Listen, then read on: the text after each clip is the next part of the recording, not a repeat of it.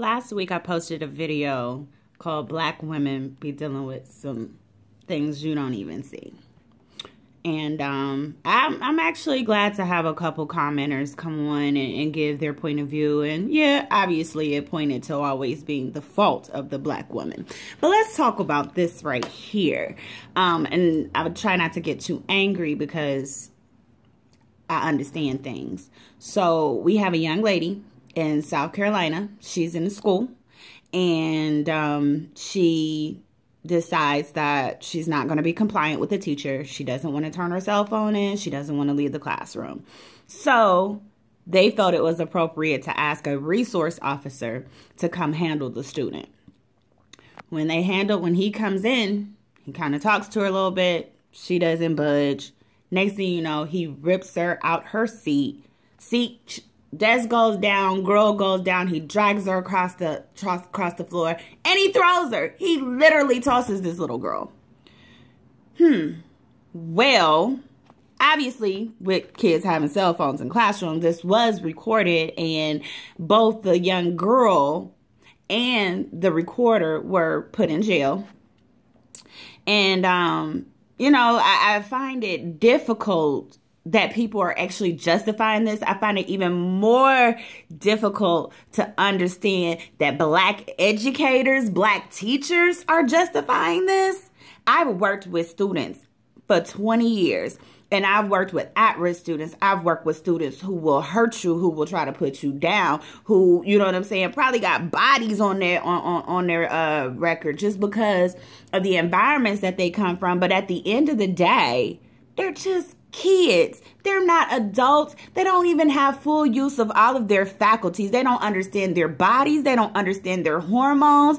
And trust and believe them, hormones, that's something else. Plus, they're dealing with things that are at the root. They're dealing with abuse and neglect and fighting with mom and dad. And in this particular young lady's case, guess what she was dealing with? The loss of her mother, being moved to a new school district, and being in foster care.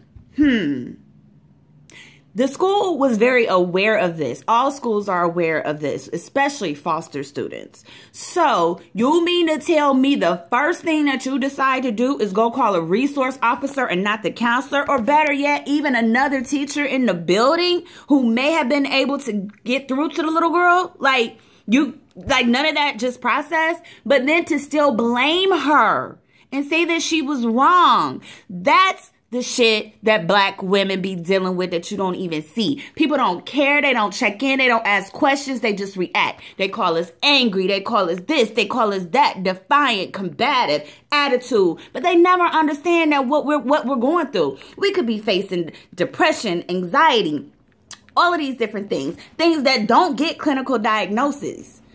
I mean, I was going through some things, and I can admit that I was depressed at one point, and probably for a number of years before I finally decided to do something about it. I started seeking professional help. What I wouldn't do was go on no meds. But this is the thing. There has to be a support system for Black women. And our sisters are finding healing with one another, but we need the community. We need our Black men. We need our counterparts. This feminism shit, that's bullshit. That's white people shit. That's white women shit who don't give a fuck about Black women. Period. We're not a part of that feminine factor, that feminist factor. But yet, our families have been torn apart by it. Our men are no longer in the homes because we jumped on the feminist bandwagon and decided we didn't no longer need them. But while they're still feminists, they're still marrying their men. Us, we're not marrying our men. Our men aren't marrying us. Then it was systematically designed to take the Black man out the home, out the family, basically from slavery. All the way back then. When you snatch a man away from his family, who he clings to hold on to, and he wants to be there for his babies, and you snatch him and you sell him, or you sell his babies off, or you sell his wife off. Then when you start instituting welfare, and you make sure that if a woman gets benefits, A man can't live in her home. She can't be married. There can be no male support. Well, what about that male who couldn't get a job because, let's see, the color of his skin, the limited resources he may have, limited amount of education that he may have? So you're basically penalizing her for trying to create a family with someone, but they need a little bit of help because a family of 3, you know what I'm saying, it may be too much to handle if you don't have the right resources in order. So yeah, I think Black women, it's time for us to wake up and start healing ourselves. And there's several ways to do that.